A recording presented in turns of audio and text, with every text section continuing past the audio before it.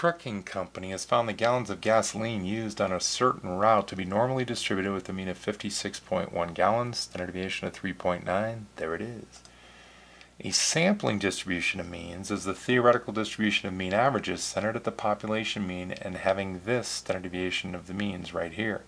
So a typical day may involve 9 different trucks driving this route. If we randomly select 9 routes, we want to describe the sampling distribution used to find the probability that the mean of these 9 gas usages would be less than 55 gallons. This then is the sampling distribution of means. It has a smaller standard deviation than one score at a time because every score here is the mean average taken from 9 different routes.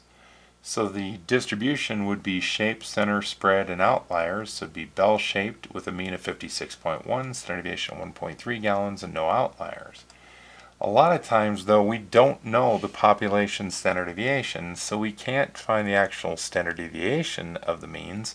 We have to find the standard error of the means because in taking our sample, we would use S, just how spread out those 9 scores were in our one sample.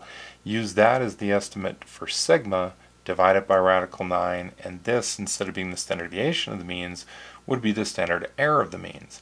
A lot of times when we're doing inferential statistics, hypothesis testing, and confidence intervals, we use standard errors quite a bit because we won't know the true population parameters.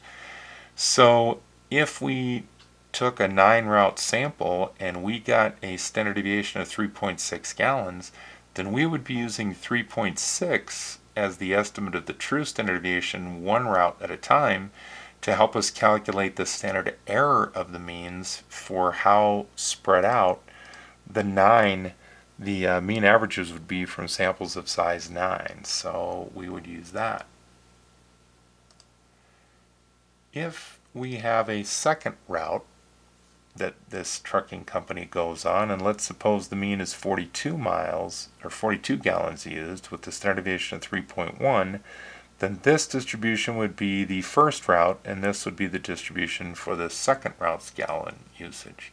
If we took a sampling distribution for means of size 9 for each of these two populations, these would be the sampling distribution of the means.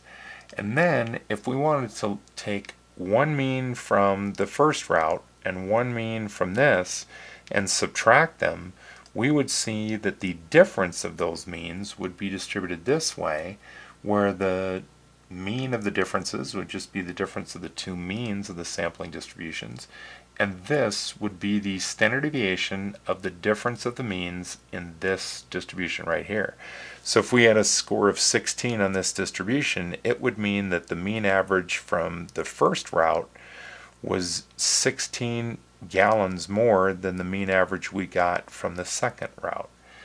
But then again, if we're not able to know the exact population standard deviations, then we have to use the sample standard deviations. Maybe we got 4.3 and 2.8, so we have to use those in the standard deviation formula.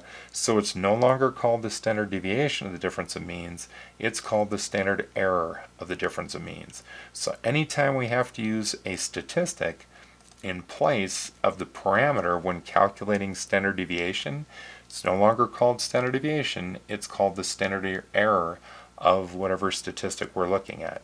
The parameter here is the true difference of the two means.